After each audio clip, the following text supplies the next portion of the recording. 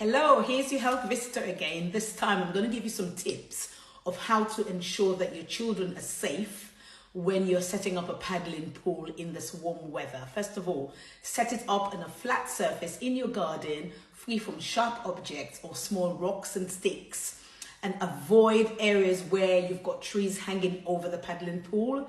Secondly, never leave your children unsupervised near the pool.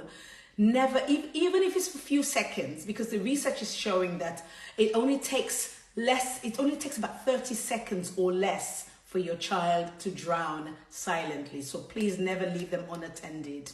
If possible, put a barrier around the paddling pool.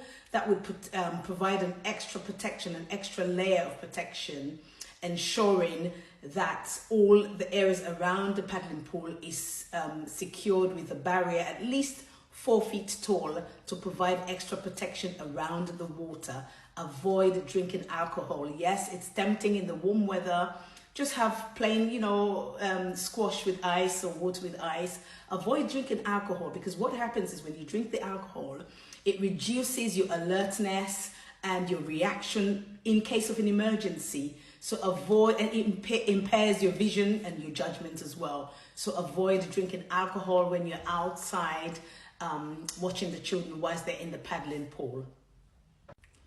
Another tip is, if your children are old enough to understand rules, put together a set of ground rules before they dive into that pool, into the paddling pool.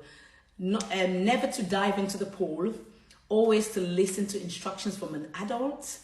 No pushing, no rough behavior around the paddling pool, and they should get permission from an adult before getting into the paddling pool. Always empty out or cover up the paddling pool after use.